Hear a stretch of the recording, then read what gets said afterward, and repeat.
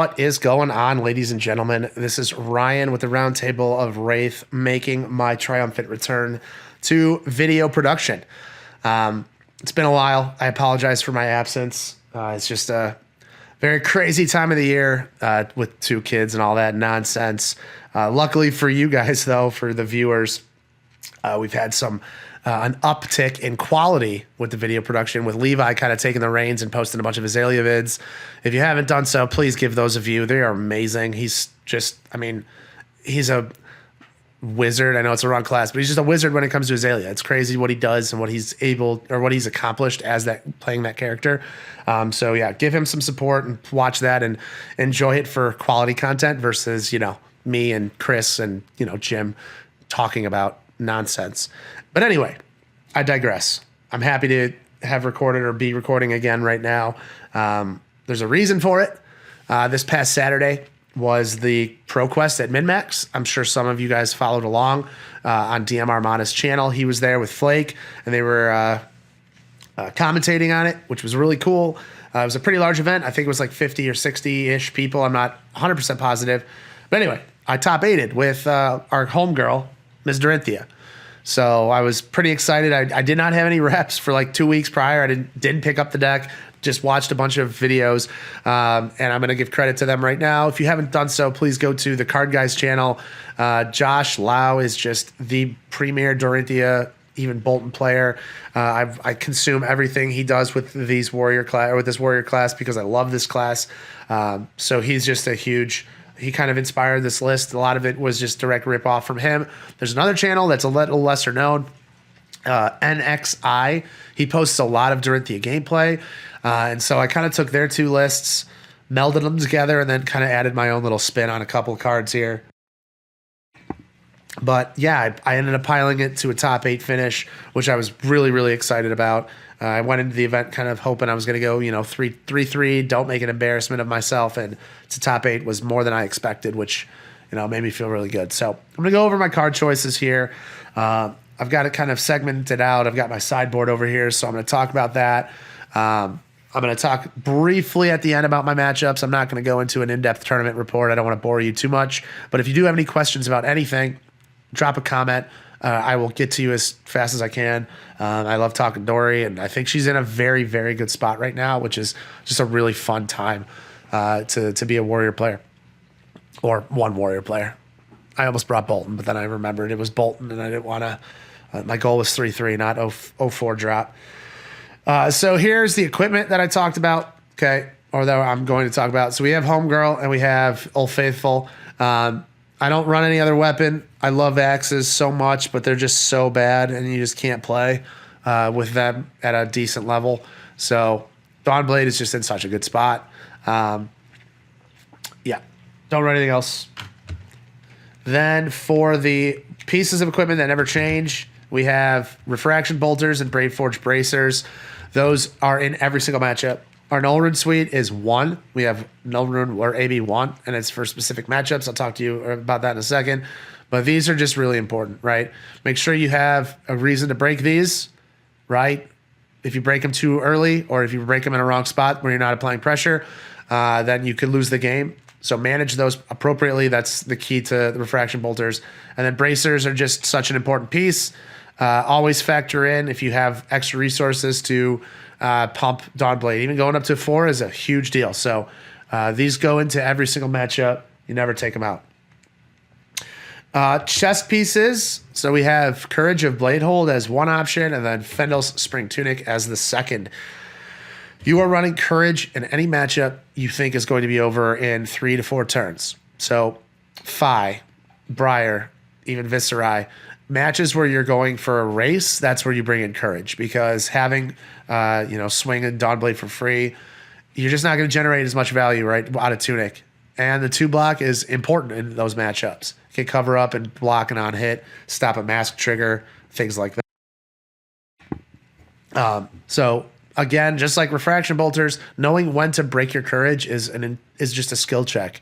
If you're not familiar or you're not comfortable using Courage, I advise you to just go on like Talishar or something, run this into every single matchup, learn when it's appropriate to break and when it's not, and then scale to Tunic. Tunic is there for your slower matchups, right? So you're playing against Oldham, Bravo, Dorinthea Mirror. Any matchup where it's going to go long or you're going to go to fatigue, that's when you're playing Tunic. So make sure you know the difference when you're running each one. It's important to run these this into the appropriate matchup, right? I had an Oldham matchup that ended up going the full 55 minutes, and I think I was like using probably 4 or 5 resources that game because it went so long. So chess pieces, you got to play with both of them. If you can get Tunic, get Tunic. Courage is cheap. Last but not least, headpieces. So we run the Crown of Providence. We do not run Arcanite Skullcat. This is just a better, in my opinion. I know the 2 and the 1 block is a big deal. People like it, swear by it. I know this is expensive, so if you don't have it, don't spend $300 on it. The difference isn't that drastic. However, if you do have this, you run this over Arcanite Skullcat. There are countless times where an opponent is going to throw a Command and Conquer at you thinking that they're going to screw up your hand, and then you're going to block 2 and try to, protect your arsenal card. But then you just say, nope, I'm going to get rid of my arsenal. Now I have a 5-card hand, and I still block 2 of that damage. The other utility of this is you're inevitably going to find a situation where you're going to draw awkwardly. That's what Dorinthea does sometimes. So unclogging your bad hands with this is also a key part of, playing this deck. The other option, No Rune Hood. I run this into Wizards, so both of them, and you run this into Dromai. Those are the only 3 matchups where you run this. Okay, Dromai, especially because it's such a good matchup for us, we don't want to give them an opportunity to melt us with Burn Them All or Asvali. We want to make sure that we can prevent them. They're never dealing multiple sources of arcane. So you can pitch a blue, be done with it, prevent what they're trying to do, and then go to Dragon Slaying. Right? A lot of that game is just a grind of slaying dragons, minimizing the damage that you're taking, and then getting to a snowball point where you just destroy. And I had to draw my matchup my round 2, and I'll talk about that briefly at the end of the video, kind of what I did and how it went. But those are the only 2 head equipment. So that's the equipment. That's all I run. AB1 is fine. You're racing the Wizards, so don't worry about AB3. You want to play to win, not play to lose. I had a mistake I lost, my 2 Swiss losses were actually both of the Rune Blades. I lost to Viz and I lost to Briar. And I think looking back, I played the AB and I regret it immediately. So if I were to had more prep time and play a little bit more, I would have recognized that. But only play AB into those 3 matchups. So we're going to go over the deck now. This is the core. So I run these cards in pretty much every single matchup. Sometimes I'll take out like a energy potion for a non-block or something and fill it in with a blue card in my sideboard. But for the most part, I run these in every single matchup. There is going to be a change that I'm going to make to this core, and I'll talk about that briefly.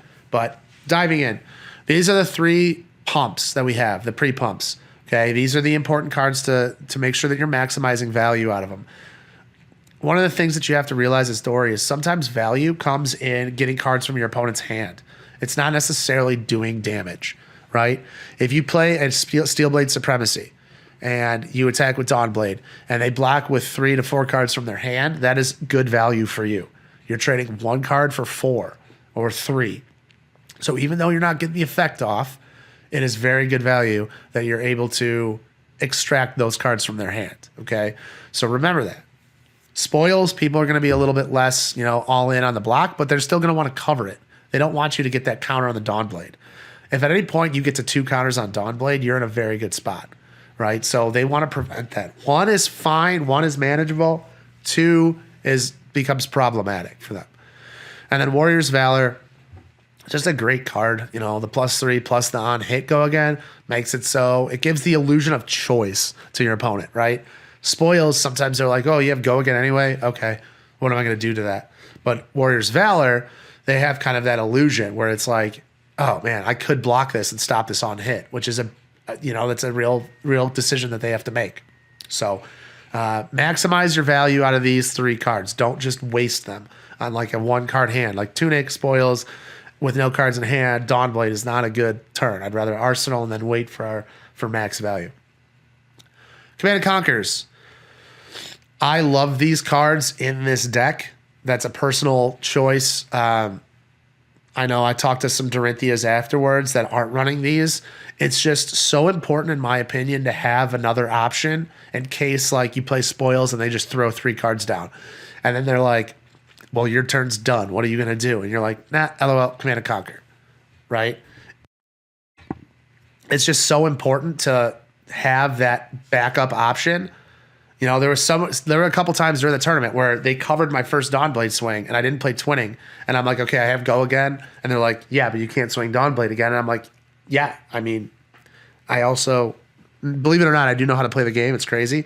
And then you just Command and Conquer, and then they look there and they're like, oh. Your opponent is always focused on Dawnblade. They don't kind of take this into consideration. So Command and Conquer, essential. So good. Now the tried and true Dorinthea cards, the attack react pumps. Okay, these are kind of the bread and butter of warrior class, or at least Dorinthea. So you do want these. You don't want them to be too cloggy, but they are kind of the essential part of what makes Dorinthea, right? Ironsong response. I don't like this card. I mean, I do, but I don't like this card as much as I did, just because it's just the reprise trigger is kind of dead and gone. People know it, so they know how to play around it. So this is only really good when it has to be really good. Other than that, it's really bad. It's a bad arsenal spot. It could just get stuck there if you don't have Crown of Providence still up. So don't put it in your arsenal. A lot of times it turns into a 3-block, or you're fishing it with Singing Steelblade. That's pretty much the utility there. Against Oldhim, it's great. I do have a 3rd copy in my sideboard, so that comes in against Oldhim, and it's great there. But it's just not the best card. These other 6 or 9, I need to learn how to count. These other 9 cards here are much better. I'd prefer to have any of these, even though they cost 1 or 2. They're just better, right?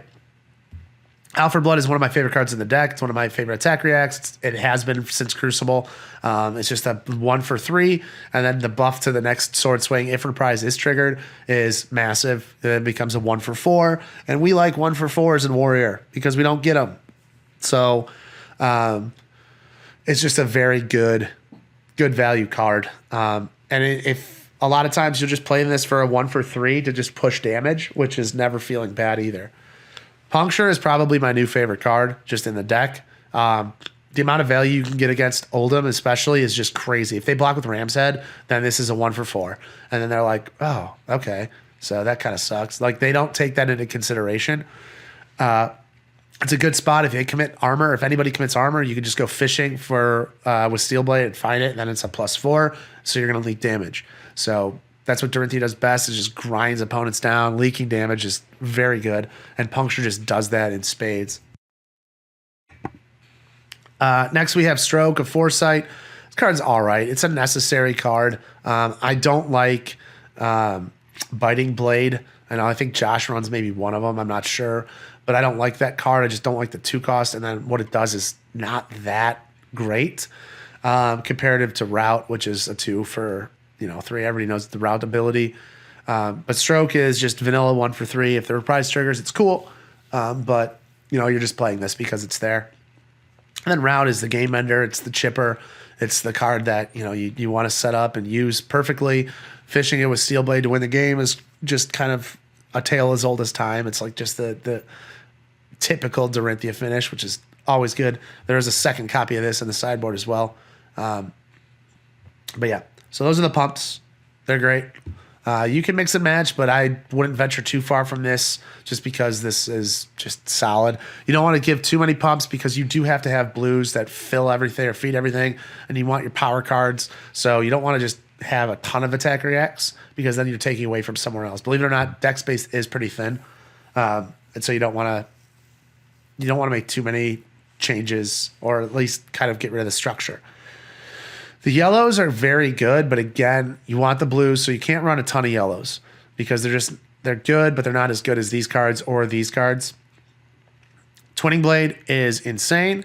Twinning Blade has kind of become what Ironsong Response was initially, right? When you first start playing, you're always worried, like, oh, if I block from hand, they might have Ironsong, right? And that's like the back of the mind threat. That's kind of gone away now as decks have kind of gone away from blocking in general, and now Twinning is that card, right? your opponent is always going to sit there and think like, oh my God, do I overblock this? Because twinning is just a blowout. If you have a well-timed twinning blade, you just win the game sometimes because it's just an explosion, especially if you pair it with glistening. This is just a tempo stealer, and then you just don't lose tempo from there because you have so many counters on Dawnblade.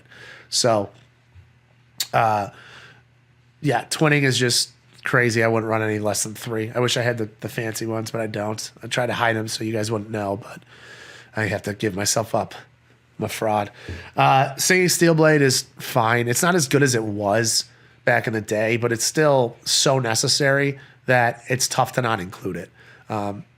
Being able to goldfish anything you want against those blocking matchups like Oldham or Bravo or Dorinthea is just great. But also late game, right? If you get into a situation where your opponent has to block and you have this, you just win. Because you could go find route, you go find puncture and get rid of their armor. You can go find just a bunch of anything you want, right? So it is necessary. But it's just not, don't look at this as like, okay, this is the best card in my deck. It's not anymore. It's not. Be careful putting this in Arsenal too, unless you just want this to become a generic +1, which feels really bad. But yeah, singing is necessary. Glistening is another card that's like necessary, but it's not as good as I thought initially.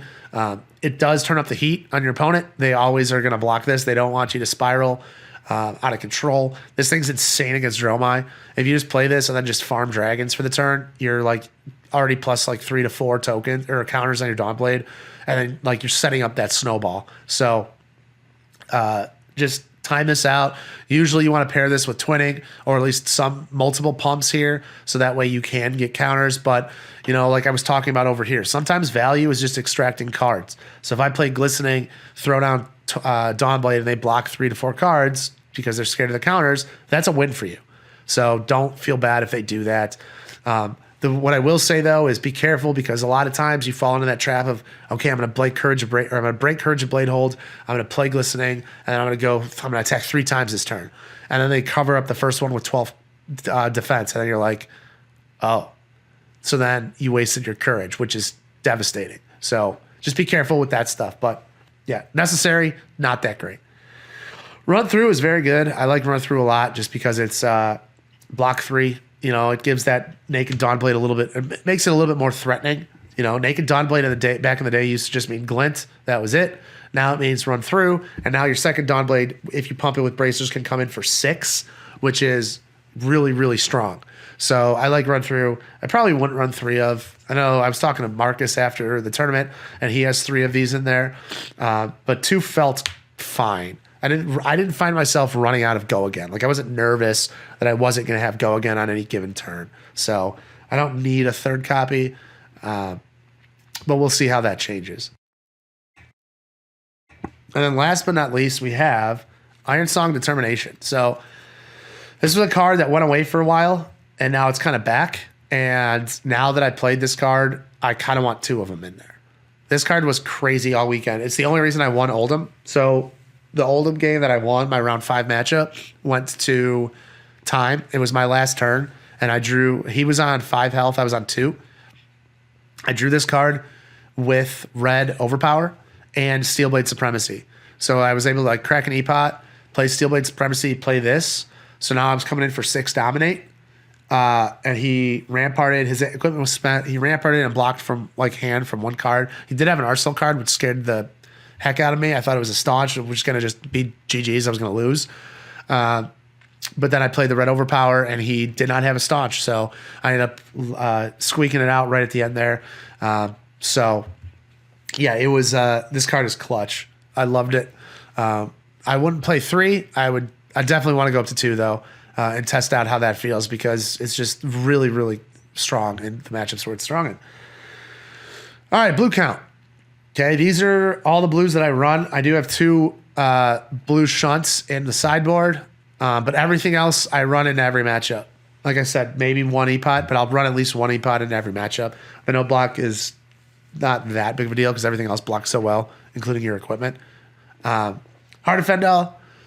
Shout out Mena for letting me to borrow this. He trusted me with this, and I used it well, I would say. In that Oldham matchup, I gained 3 health with it. and I ended up finishing with 2. I also have Oasis Respites in there, which I used those as well. So I think I gained 5 health that match, and I ended up winning on 2. So, I mean, without it, I lose, right? So I know it's expensive. I don't own one. I'm going to try to acquire one. I do have some trade bait that I'm going to try to, move around, but this card is, I would say, essential. It is an essential card, unfortunately. If you don't have it, it's not like the end of the world. You can put in a third, like a block, any like blue blocker card that you like, maybe like a Warrior's Valor or something like that. But you're going to grind. Most of the matches, you're going to grind. And Dorinthea, one of the best things that Dorinthea does is she can kind of control the health totals. She's going to chip, and you can also like determine when you're going to take damage or not. So if you can take damage and then play this and gain health, you're getting max value out of it, right? And if the game goes 9, 10 turns, you're going to see this card 2 or 3 times. If you shuffle your deck with Singing, you're going to see this card 2 to 3 times. So it's just very good. I hate to say it. I don't own it. Like I said, I need it. But if I'm going to a big tournament, I'm running this card because it's that good and it's that important. One Shunt in the main board. It's just good to have. Steelblade Shunt is really, really, really strong right now. A lot of decks are going to be targeting you with their weapons, whether it's Oldham, Phi, Dorinthea, Rosetta, or the Rune Blades, Bravo. A lot of decks that are around right now are weapon-based decks. Pistol Dash, right? You're going to do damage. So every time you block, you do 1 damage. The first matchup that I had, I won't go to matchups. I'll talk about it in a second. All right. So Shunt 1 in the main board. Pursuit, I'm going to cut this card. It's fine. This is probably going to be my second determination.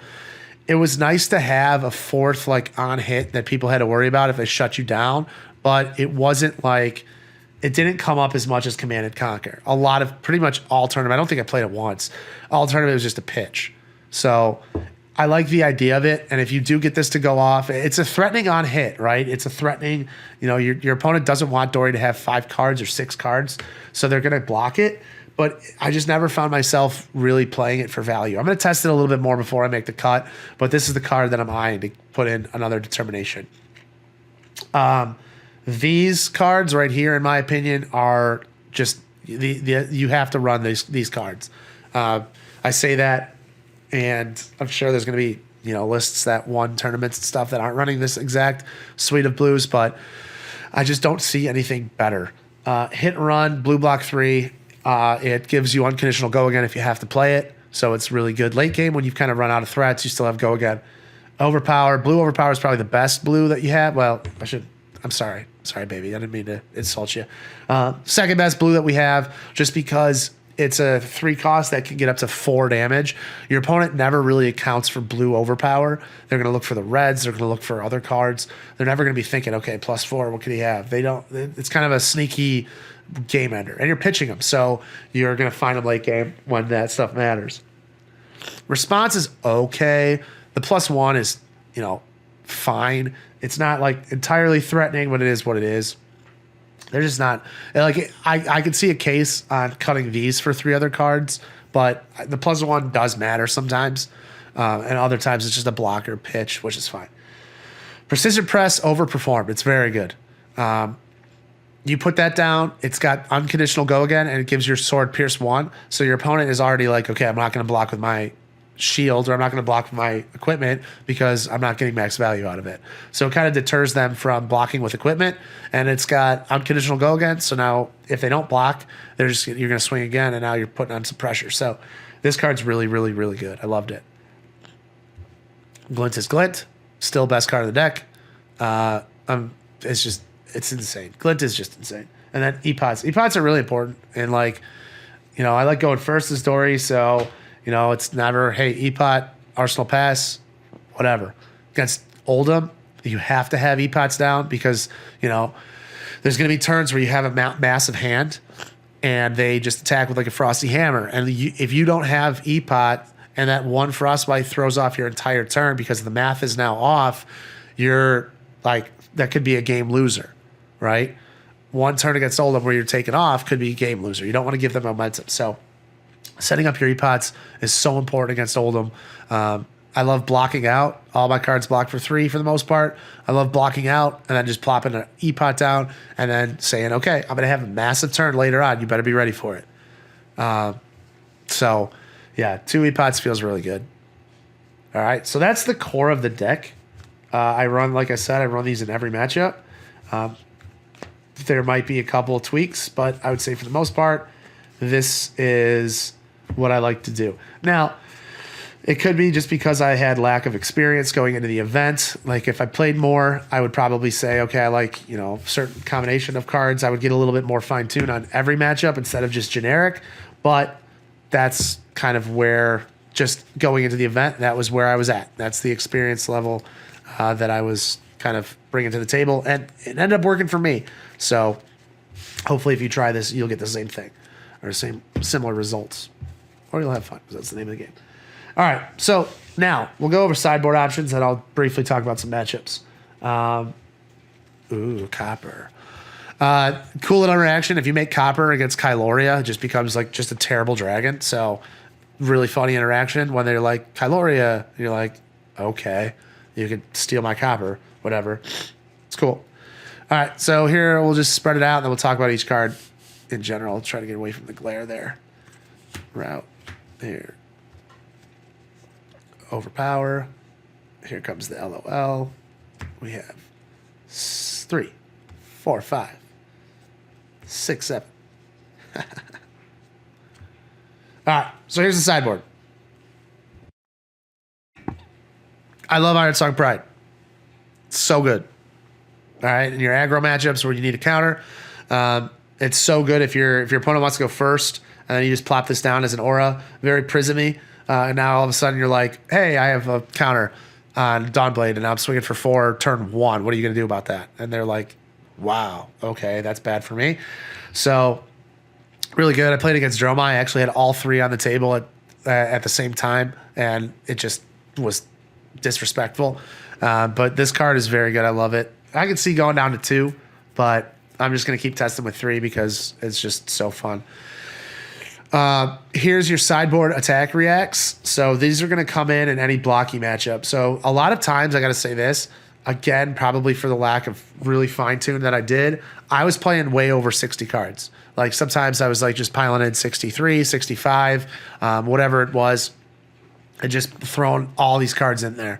Against Oldham, I played everything except these. So I literally played this whole sideboard just because I didn't want to get fatigued. And same thing with Dorinthea. I played everything but the respites. So I played everything else. So there's a lot of cards that you're playing that I was playing per turn. And it never really felt diluted. And it was never like, you just played a slower game. And I like playing slower games where I'm kind of controlling and dictating, you know, the damage that I'm taking and also the damage that I'm dishing back. So the second round comes in against blocky matchups. Ironsong Response comes in against blocky matchups. 2 overpowers come in against the blocky matchups. The red overpower is the only reason I won, or I guess in tandem with Determination, the only reason I beat Oldham. This card is just so good. 3 for 6 if they block is just nasty. You know, even if opponents are like afraid of this card, they're just like, if he has it, he has it a lot of times. These cards right here are the MVPs of the tournament. 8 shots with the blue that's already in my deck. MVP.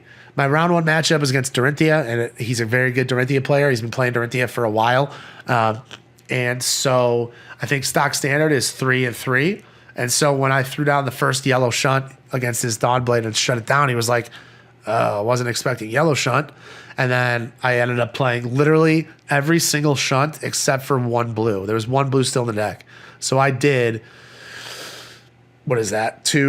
I did 7 points of damage just from the shunts, and I shut down his turn in the same. And he was doing it back to me, right? Like he was shunting me back, but I was able to push 2 more shunts than him across, which in a Dory mirror is huge.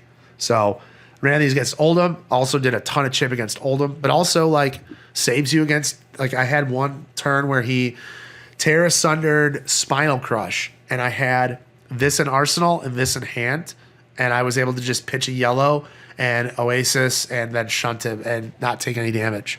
So the shunts were just massively important. I loved running the yellows because people didn't expect it. And as long as this meta is going to be, weapon swingers or like big, huge damage chunkers, why not keep all of them in? Protects you against Oldhim, protects you against the Mirror, protects you against Bravo. Just run them all. Run them all. They're fun. Respites. I don't know about this card. Like, I feel like ever since this card came out, I'm like bad at figuring out when or what matchups to use these in. It's a good card, especially I played it against Oldhim, like I said, and I was able to gain 2 health, I think, from 2 of them. The one, I think, with the Spinal Crush, I didn't gain health because I was ahead at that point. But it's good against like the Frosty Hammer. It's really good against Rosetta Thorn. So it felt good when I needed to, but I just never really thought that I was using it the right way. I don't know. It felt good with Tunic. So do these. Like, I usually, if I'm running a Courage, if it's a Courage game, don't play these. If it's a Tunic game, then these obviously become infinitely better because you're not using a card from hand to do damage. And then last but not least, I have Remembrance. Remembrance is super important against Oldhim, super important against those grindy matchups against Dorinthea, because threat density, like I said, is a thing. You're going to be blocking with threats. That's just the nature of Dorinthea. So to get those back late game or have them back in your deck so that you're not just completely useless is a really important. So managing your Remembrance, pitching it early against Oldhim, and then getting it back when the game's about to end to get back those threats. So yeah, this is the sideboard that I use. It's not like too flashy. I think the spiciest thing would be the yellow shunts, and they overperformed. I'm not taking those out. I'm not even considering cutting them actually. But yeah, there's a little bit more flexibility. Like if you don't like Oasis Respite, I don't see a reason to keep it in. It's good against the Wizards, but if you don't have a lot of Wizards, then you don't really need it. I didn't face any Wizards, even though an Icelander won. I didn't face him. But those could be something else. But yeah, if you have any questions about the board or if you have any suggestions, maybe a card you're running, let me know in the comments. I'd love to hear some ideas. So briefly glossing over matchups now. We'll talk about those, and then I'll have you guys go on your merry way. Thanks for sticking around this long. My round 1 opponent, I played Dorinthea, like I said, which is crazy. Like, of all the matchups I envisioned my head was going to be there, I'm like, okay, I'm prepared for 5. I know what to do against Oldhim. I know what to do against all these cards. And it's like, hey, you got a mirror. It's like, oh, sick. So I wasn't really expecting that, but it was a grind. Like, it was a battle back and forth. I was kind of, getting my sea legs back from, playing in person and stuff like that. So I inevitably made some mistakes, but I was able to eke out a victory. I think I had, 9 health left or something like that. So it was, I ended up kind of snowballing at the end, but the shunts helped. They were great. My round 2 was Dromai. I played this guy, Carlos, who's just an awesome dude. I made the joke because every single tournament we play each other. Every single tournament. And I just sat down. I'm like, you'd think there are other people playing this game. But it's just a really fun game. He's just a really good dude. He was playing Dromai. And at one point, he was up 43-26. And I was just like, minimizing damage. I was blocking when I could. He would get a dragon out, and I would just kind of farm it, just chop it down, and get some counters. And then at one point, I think I had 7 Dawnblade counters, and it was his turn, and he looks at his hand, and he's just like, oh, man. And he ended up having a Fate Foreseen, a Sink Below, a Sand Cover with no Ash, and I think a dragon. So he couldn't do anything. He was locked out. So he just Arsenal passes on a full grip. And then I attacked a dragon first, and then I was coming at him for 10 off Dawnblade. And at that point now he was playing catch up. So he let I think he blocked out that swing, but then the next round I ended up going at him for I think Dawnblade was again at 10 or 11. He took it. I had go again, or I broke bolters. I attacked again. I ended up just snowballing. It was over in 3 turns after that. And I ended up winning with a determination on 10 counter Dawnblade. So it was determination for 14 dominate, and I had a +3 pump in hand. And he just laughed. He's like, yeah, that's it. My round 3 opponent, I played a boost dash, and I he flipped over Talishar, and I'm like, dude, I have no idea what's going on here. I just knew it was boost, but he had 2 Teklo Pounders turn 0, and so I'm just like holding on for dear life. I just had my seatbelt on and was just blocking, just block, and eventually I just fatigued him. His last card was a max velo, but he had run out of gas or steam, lol. He ran out of steam at the end there, and I blocked out his max velo. I took 4. I think I ended up winning like 8-0, or I mean, he conceded after that because he had literally 0 cards in deck. So I was 3-0, and then I choked. I was against Jeremy, who's one of the best players in our meta. He was on Viserai. He's just a very good Viserai player. I always have, if you're a good Viserai player and you're playing against me, there is a very above average chance that you're going to win, regardless of what deck that I'm on. I am just very bad into Viserai, I feel, personally. So I definitely need to start leveling up my matchups there. I played it wrong. I played an Olrun Hood. I asked guys about it afterwards, and they're like, just race as much as you can. So I definitely want to try to learn how to play that matchup better. But yeah, he beat me pretty handily. I wasn't even close, I don't think. Then my round 5 was the all-timer. I played this guy, Michael, who I've played a couple times. He's a very, very good player.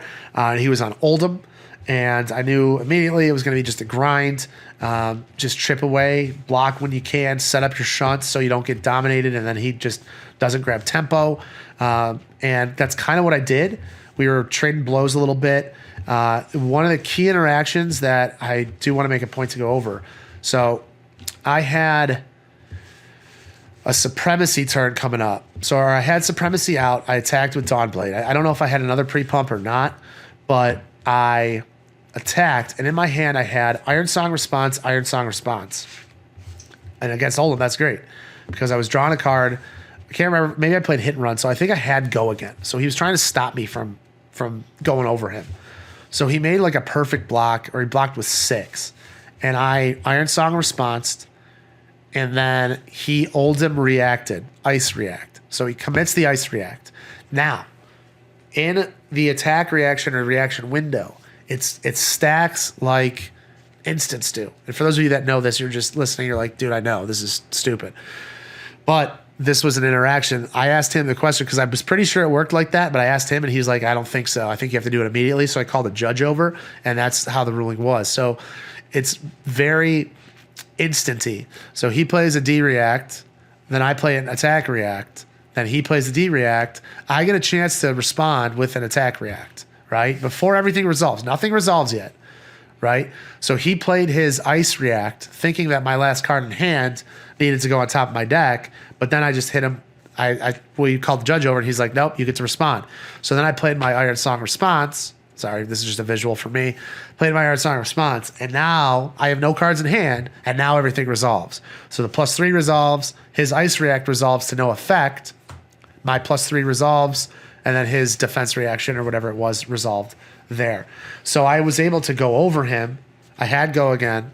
I drew a card from Supremacy, and he had wasted his Ice React. So he was down a card in hand. So then I was able to chunk a lot more damage there. I got a counter, I think, because I was able to attack again. And then I had an Arsenal card. So that was just a huge turning point in the game. And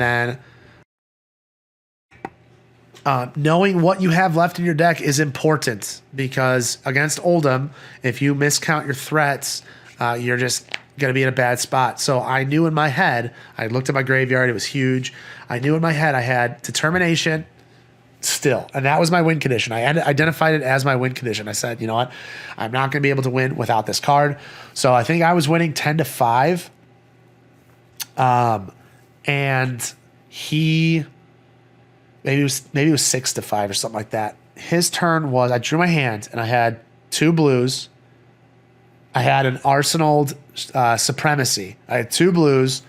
I had Determination, and I had red Overpower. And so I said, okay, this is it. Like, this is my go. And I was waiting for that. Time got called. This was my last turn, so we thought about it. And I think I mentioned it. It was just Determination, Supremacy, Dawnblade for 6. He initially blocked with 1. He had 1 piece of equipment left. So he blocked with 1. And then I believe all he had at that point was an Earth. Maybe he blocked 1 and then had a card in hand. I can't remember exactly how it was, but I ended up going over with the +4. He didn't trigger reprise. So I didn't have the +6. I was waiting for him to trigger reprise, and he never did. So I was sitting there. I'm like, okay, I got to play this because it's now or never. And I attacked with I think the decision I had in my hand was glint or overpower. Because I had glint, but I had to use the glint to pay for the overpower. So I could have just glinted and then attacked again with the dominated 6, but I went with the overpower just for the finisher, I believe. And it ended up working. I won. And then immediately I got into my next round against Sam Dando, of course, because Sam and I always run into each other in tournaments as well. And he was on Briar, and he had a couple awkward hands, but again, I didn't side correctly, so I wasn't racing as fast as I should have been. Even though he had 2 awkward hands, he then ended up having 2 channel mounts with fused Force of Natures. And so that game was not particularly close either. So I lost. So I finished 4-2. I thought I was done, and I snuck in. I got the 8 seed, and then played the undefeated Control Pistol Dash, which was a nightmare. That guy Arjun, I think his name is. He was on stream a couple times. So if you're interested to see his games, he's a master. And for me, it was just I couldn't get anything going.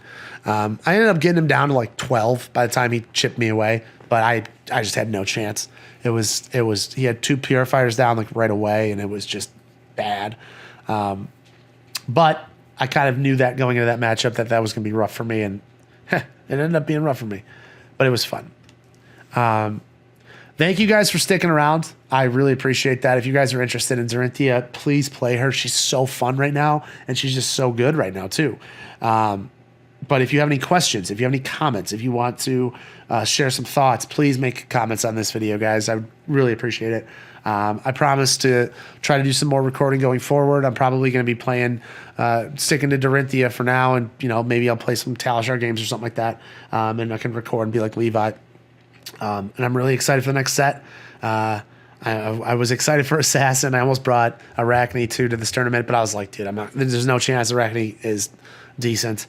So I'm waiting for the next Assassin. Azuri, I think her name is. I'm really excited, but I will stop talking now. Thank you guys. On behalf of everybody from the Roundtable of Wraith, Levi, Sam, Chris, Jim, this has been Ryan. Thanks for watching, and until next time, we'll see you guys around.